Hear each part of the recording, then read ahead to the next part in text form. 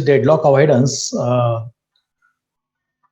actually we had seen this deadlock avoidance yesterday, but the algorithm over this deadlock avoidance is Banker's algorithm. We'll see this Banker's algorithms today. What happens in deadlock avoidance? The request for any service will be granted if the resulting state of the system does not cause deadlock in the system. Means we have to consider the safe state and unsafe state of the system. System का safe state और unsafe state ये हमें यहाँ पे consider करना पड़ेगा. So the system will continuously check for this safe state and unsafe states. The resource allocation of the system can be defined by the instances of available and allocated resources. तो available resources कितने हैं? Available resources and allocated resources. ये अगर हम properly इसका हिसाब किताब properly रखते हैं तो हमारा सिस्टम ये डेडलॉक नहीं होगा. So we can avoid the deadlock. So by just monitoring safe state and unsafe state of the system. तो यहाँ पर सेफ स्टेट और अनसेफ स्टेट की बात अगर करें हम तो state is safe if the system can allocate resources to each process, that means the maximum requirement of that particular process. कितना रिसोर्स की जरूरत है उस प्रोसेस को. तो सेफ स्टेट किसे कहेंगे हम? State safe state is a state is safe if the system can allocate resources to each process in some order and still avoid deadlock. तो यहाँ पर जो भी रिसोर्सेस है, ये रिसोर्सेस एक पर्टिकुलर सीक्वेंस से हम उसे अलोकेट करेंगे, प्रोसेस को अलोकेट करेंगे, तभी डेडलॉक अवॉइड हो सकता है, प्रॉपरली अवॉइड हो सकता है. If we consider this available resources and allocated resources, और हमारे पास अभी कितना बचा है और नीड कितनी रिसोर्स की है, नीड कितने रिसोर्सेस की है, ये अगर हम प्रॉपरली देखते हैं तब we can avoid this deadlock. तो सेफ स्टेट किसे कहेंगे? सेफ स्टेट वही है जो कि रिसोर्स अलोकेट करने के बाद एक प्रॉपर ऑर्डर से उसे अलोकेट करना फिर से, तो उसे हम कहेंगे safe state. So safe state is not a deadlock state. Safe state deadlock state नहीं है. और डेडलॉक स्टेट क्या है? डेडलॉक स्टेट क्या है? अनसेफ स्टेट है. सो सेफ स्टेट ये डेडलॉक नहीं होता है. लेकिन डेडलॉक क्या होता है? Deadlock is always unsafe state. या तो वाइस वर्सा आप ले, अनसेफ स्टेट जब होगा तो it may reach to deadlock. Safe state है नेवर गोज इन डेडलॉक, तो ये डेडलॉक में नहीं जाएगा अगर सेफ स्टेट है वहां पे. So in unsafe state, operating system cannot prevent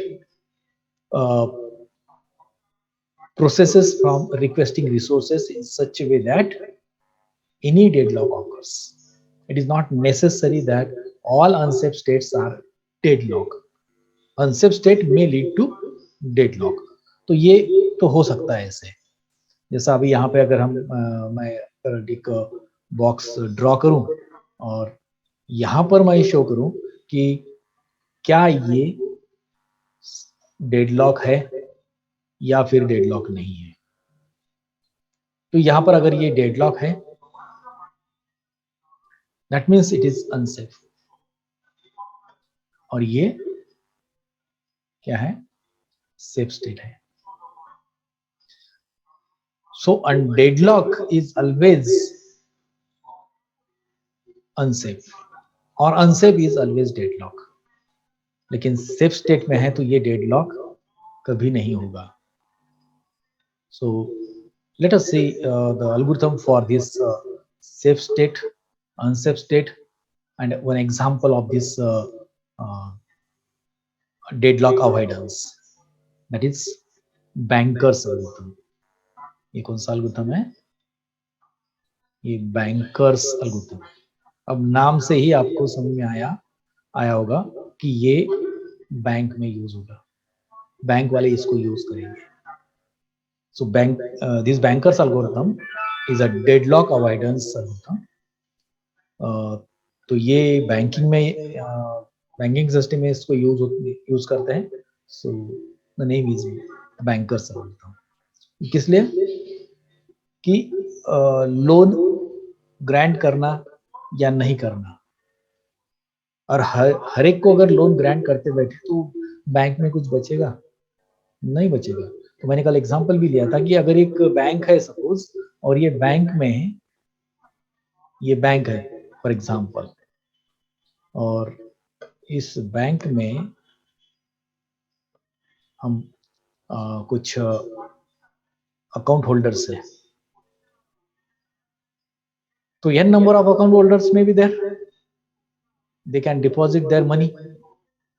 These customers, they can deposit money to the bank. ये अकाउंट सपोज यस अकाउंट है, ये सेविंग अकाउंट है इस कस्टमर का, customer, so there are n number of customers. तो ये जो customers है ये कुछ डिपॉजिट करते हैं बैंक में, सपोज वो है वो सेविंग अकाउंट है यस, और बैंक का खुद का भी कुछ अमाउंट होता है वहां पे.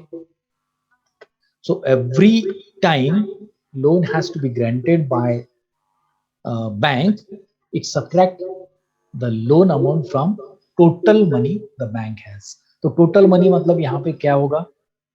टोटल मनी ये कैसे बनेगा? पहले बैंक का अमाउंट होगा प्लस यस, ये जो बैंक का अमाउंट है इसको हम टोटल मनी कहेंगे. तो डिपॉजिट जिन्होंने किया है बैंक में, कस्टमर ने जो भी डिपॉजिट किया है, so that is saving account.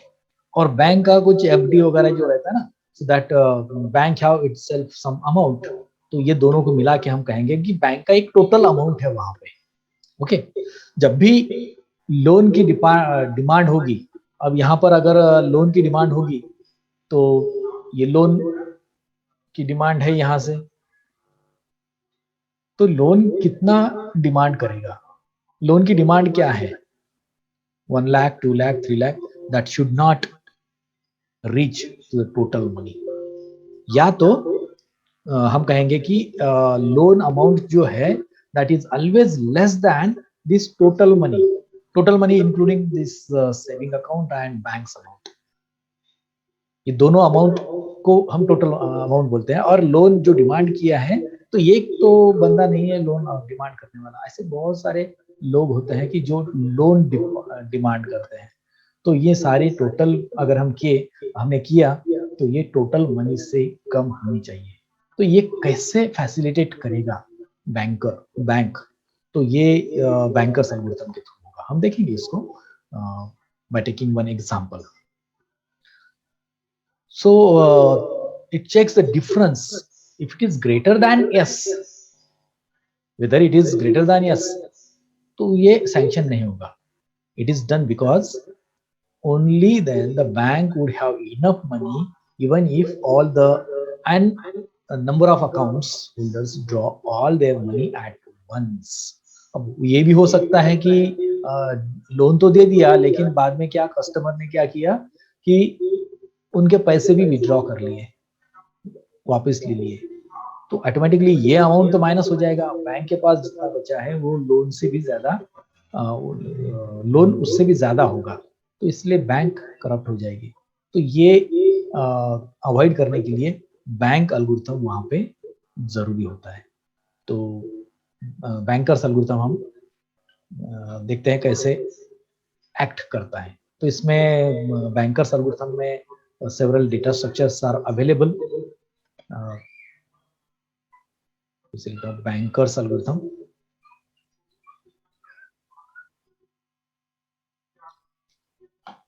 एक मिनट। ओके, सो बैंकर्स एल्गोरिथम यहाँ पर हम देखेंगे तो इसमें बहुत सारे डेटा स्ट्रक्चर्स होते हैं। बैंकर्स एल्गोरिथम में बहुत सारे डेटा स्ट्रक्चर होते हैं, जैसे कि अवेलेबल है।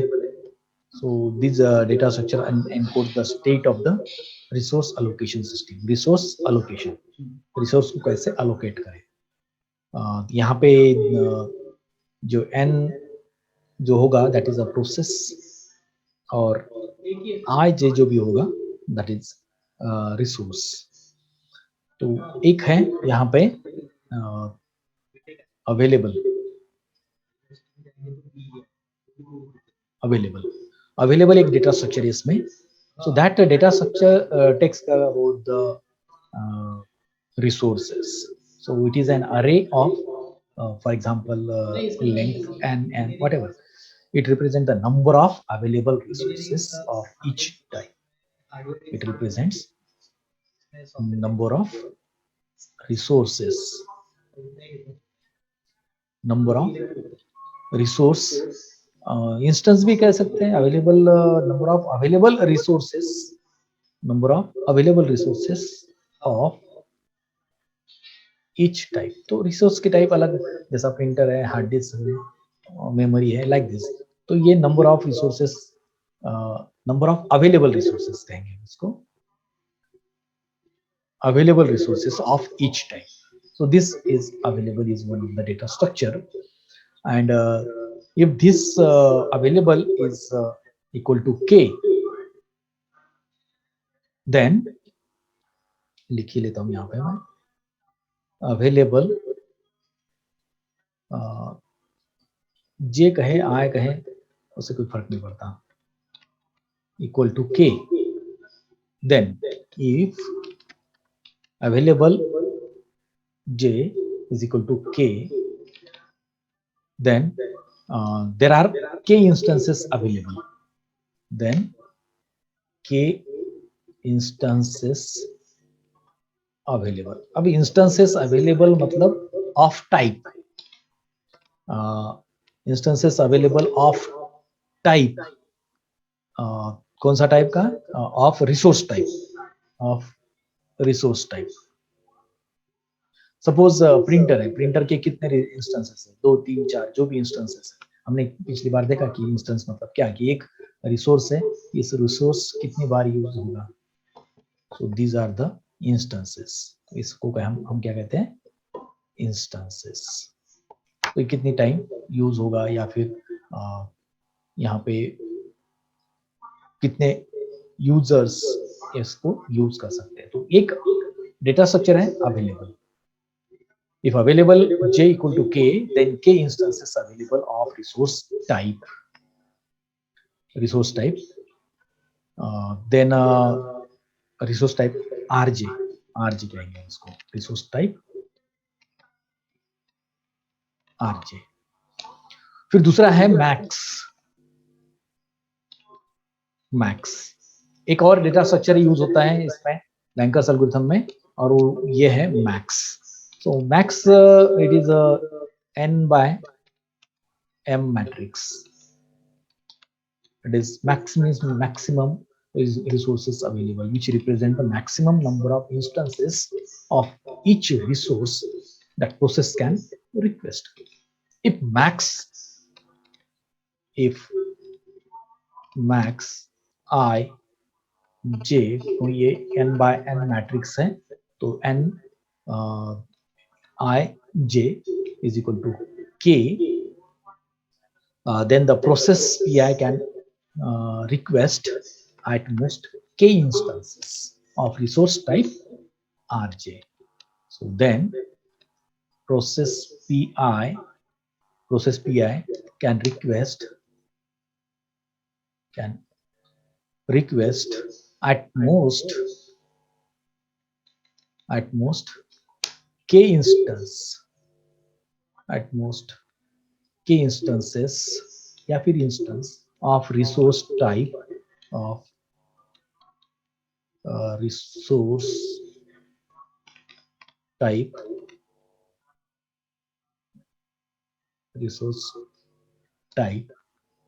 rj.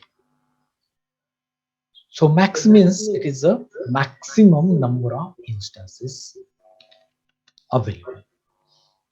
उसके बाद होता है allocation.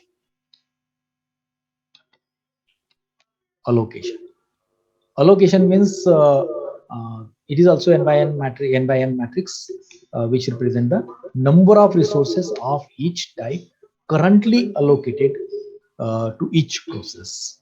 It is currently allocated to each process. तो ये तीन तो आपने ध्यान रखना ही रखना है, अवेलेबल, मैक्स, अलोकेशन. तो सेम अलोकेशन अगर हम देखें, allocation n by m matrix होता है, I j is equal to k, then process pi is currently allocated k instances of rj. Same process pi, यहाँ पे रिक्वेस्ट होता है, यहाँ पे then pi is currently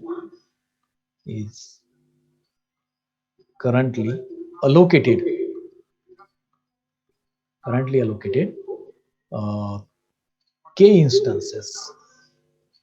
instances of resource type rj if allocation ij. और last में क्या होता है, नीड. ये चार डेटा स्ट्रक्चर बहुत इंपॉर्टेंट होते हैं, अवेलेबल, मैक्सिमम, अलोकेशन और नीड. अभी नीड कितनी की है, अलोकेट कितने हो चुके हैं, मैक्सिमम कितने थे, उसमें से कितने अलोकेट हो चुके हैं, अभी नीड कितने की जरूरत है. अवेलेबल तो है ऑलरेडी, तो नीड कितनी की है, तो that is also n by m matrix. So this need again need of I j is equal to k, then if need I j is equal to k, then process pi may need k more instances, then pi may need k more instances of resource type rj to complete that process का task complete करने के लिए और चाहिए. तो ये कैसे निकलेगा, नीड कैसे मिलेगा हमें, नीड कैसे मिलेगा. सो यहाँ पे एक सिंपल सा फॉर्मूला है, need is equal to max minus allocation. ये ध्यान में रखना है आपने, need equal to max minus allocation. तो ये सिंपल सा एक सेफ्टी एल्गोरिथम है यहाँ पे. तो डायरेक्टली मैं एग्जांपल लेता हूँ सेफ्टी एल्गोरिथम. तो सिंपल सेफ्टी एल्गोरिथम में कुछ ज्यादा बैंकर्स एल्गोरिथम सेफ्टी एल्गोरिथम से स्टार्ट होता है. तो यहाँ पर दो वेक्टर्स हम लेंगे, वर्क एंड अवेलेबल, और सॉरी फिनिश, वर्क और फिनिश. वर्क क्या होता है, work is nothing but available. कितने अवेलेबल रिसोर्सेस है अभी हमारे पास, हम उसको एज अ वर्क इंडिकेट करेंगे या फिर असाइन करेंगे. और फिनिश ये फिनिश यहाँ पे मैं लिखता हूँ I. Finish I is false. Finish false for I equal to 0, 1, 2, 3 up to number of resources. This means initially no process has finished and the number of available resources is represented by available अरे अब यहाँ पर ये इसका मतलब क्या हुआ, finish equal to false, अभी प्रोसेस स्टार्ट ही नहीं हुआ है, so no process has finished, start ही नहीं हुआ तो फिनिश नहीं होगा, फिनिश इक्वल टू फॉल्स है। सो जितना अवेलेबल है वही वर्क होगा वहां पे, सो अवेलेबल अरे वहां पे हम यूज करते हैं। दूसरा, ये पहला कंडीशन है फिनिश सेफ्टी एल्गोरिथम में। दूसरा स्टेप क्या आता है, हमें इंडेक्स आई फाइंड करना है such that finish I is equal to false, ये ऐसा है तो need is must less than और equal to, need must less than और इक्वल टू वर्क मतलब अवेलेबल। नीड कितना होना चाहिए, जो अवेलेबल है उससे कम होना चाहिए, ठीक है। If there is no such I present, then go to next step. Next step means next after performing some calculations. तो यहाँ पर थर्ड हम क्या करेंगे, वर्क इसको अभी मॉडिफाई करेंगे, ये करेक्ट है, नीड इज लेस देन और इक्वल टू वर्क है, तो हम क्या करेंगे, वर्क इक्वल टू, इसको मॉडिफाई करेंगे, work plus allocation. So always remember these are the steps in the safety algorithm. पहला क्या है, जो अवेलेबल है उसको ही वर्क असाइन करेंगे because there is no finish any process. तो प्रोसेस फिनिश क्या है, फॉल्स है नंबर ऑफ प्रोसेसेस के लिए, एक्चुअली n-1 चाहिए यहाँ पे। सो n-1 प्रोसेस के लिए ये अभी स्टेप फॉल्स है क्योंकि यहाँ पे अभी कोई फिनिश हुआ नहीं है, तो ये फॉल्स है, तो नीड इज लेस देन और इक्वल टू वर्क है। वर्क क्या, जो भी अवेलेबल रिसोर्सेस है, फिर वर्क को मॉडिफाई करना है, इस अवेलेबल को मॉडिफाई करना है, मॉडिफाई कैसे करेंगे, work equal to work plus allocation. Now here finish जो भी प्रोसेस है 1 2 3 जो भी प्रोसेस आएगा दैट इज ट्रू, ये ट्रू है यहाँ पे अभी। Then go to step second, go to step 2, क्योंकि यहाँ पे फिर से एक बार चेक करना है, ये रिपीट करना है जितनी भी प्रोसेस है, प्रोसेस 1 प्रोसेस 2 प्रोसेस 3 जितने भी प्रोसेसेस है उसको ये हमें चेक करना है कि नीड इज लेस देन और इक्वल टू वर्क है या नहीं है, क्योंकि प्रोसेस 1 है तो रिसोर्स 1 2 3 जितने भी रिसोर्सेस है उसके लिए ये चेक करना पड़ेगा। ओके, तो यहाँ पर फोर्थ स्टेप क्या आएगी, if finish I is true for all I, सभी हो गए अभी, then the system is in safe, then system is in safe, ये safe में है system, that means if all processes are finished then the system is in safe state। तो ये चार, ये इसकी जरूरत नहीं है, ऑटोमेटिकली ये आ ही जाता है आपका आंसर। तो पहला तो आपको ये असाइन करके रखना है, उसके बाद आप नीड, ये इंपॉर्टेंट है, इसको हम देखेंगे, और उसके बाद इसको हम क्या अपडेट करेंगे, और ये रिपीट चलेगा, ये 2 and 3 स्टेप रिपीट चलेगा। तो ये हम यहाँ पे एक एग्जांपल लेते हैं, इसको क्लियर कर लेंगे पहले। तो एग्जांपल के लिए मुझे थोड़ा सा टाइम चाहिए to draw a table. Now see here the need matrix. Need matrix is nothing but maximum minus allocation. Need is max minus allocation. So here need for P0 regarding the R1 is 0 because max is 0 and allocation is also 0. So here 0 is there. Then P1 and for P1 R1 and this max minus allocation 1 minus 1 0, 2 minus 1 is 1, 0 minus 0 0, 0 minus 0 0. So this is a need for matrix, need for P0. Likewise, we can calculate the matrix for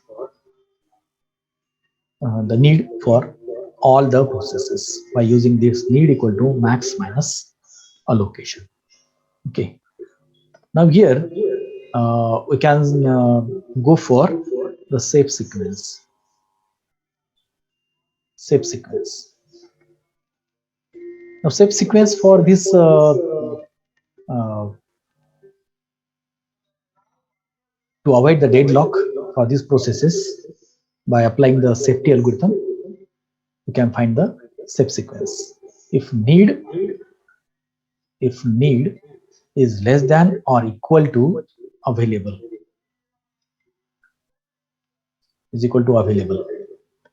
then what we have to do?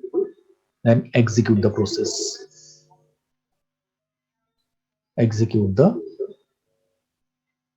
process. अगर need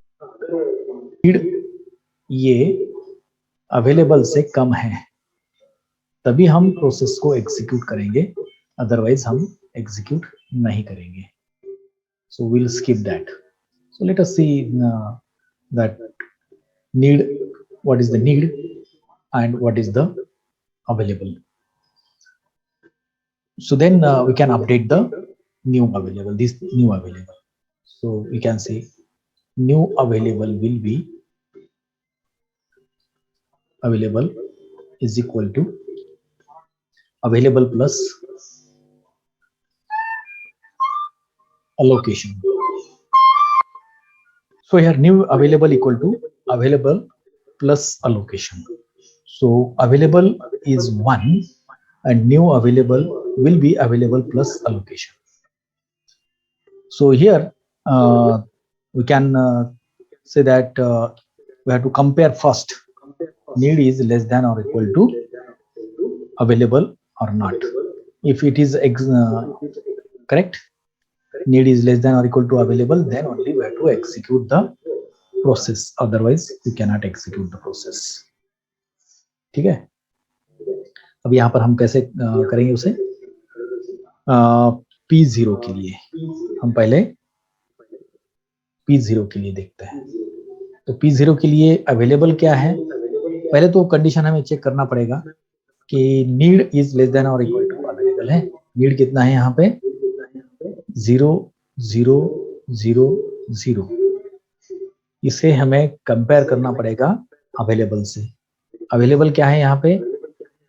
less than और equal to 1 5 2 0. Yes, it is correct. Then we can execute P0. उसके बाद ही P0 को हम execute करते हैं. और execute जब करते हैं तब हम क्या करते हैं? यहाँ पे न्यू अवेलेबल को चेंज कर देते हैं. New available now for P1 for P0 will be available is 1520 1520 plus allocation कितना है यहाँ पे इसका? 0 0 1 2. correct. So new available will be now 1532 1532. तो हम इसको काट देंगे और इसके बदले हम क्या लिखेंगे यहाँ पे? 1532 लिखेंगे. Correct. Understood. So very simple. तो इसको हमने मिला के ये नया अवेलेबल हमने यहाँ पे यूज किया है, निकाला है हमने. तो इसको हम कहेंगे executed. Now this P0 is executed. चलते हैं P1 की तरफ। P1 का नीड इज लेस देन और equal to available, need is less than और इक्वल टू अवेलेबल, ये पहले चेक कर लें। ठीक है, अब ये चेक करेंगे हम, ये चेक करेंगे नीड इज लेस देन और इक्वल टू अवेलेबल। नीड कितना है यहाँ पे 0750 और अवेलेबल हमारे पास कितना है, न्यू अवेलेबल कितना है अभी यहाँ पे 1532। 0 तो ठीक है, लेस है, लेकिन 5 ग्रेटर है और यहाँ पे 5 3 से ग्रेटर है, ये दोनों ठीक है। ये ऐसा है which is not accepted, so we cannot execute, no execute।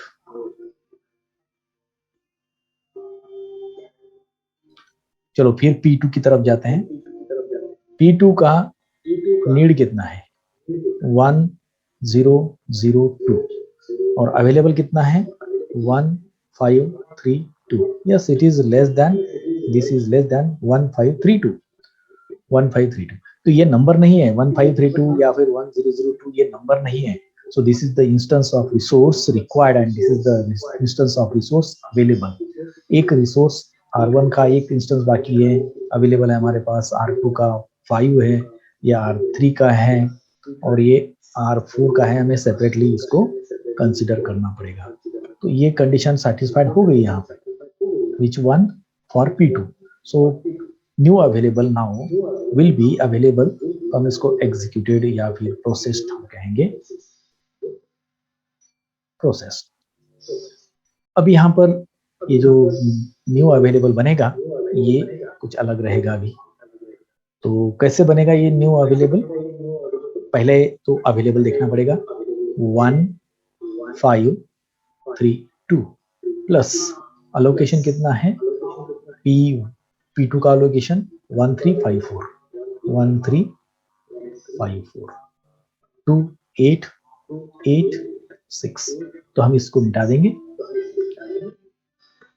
और इसके जगह पे हम लिखेंगे 2886। ये अभी नया अवेलेबल है ना, न्यू अवेलेबल है।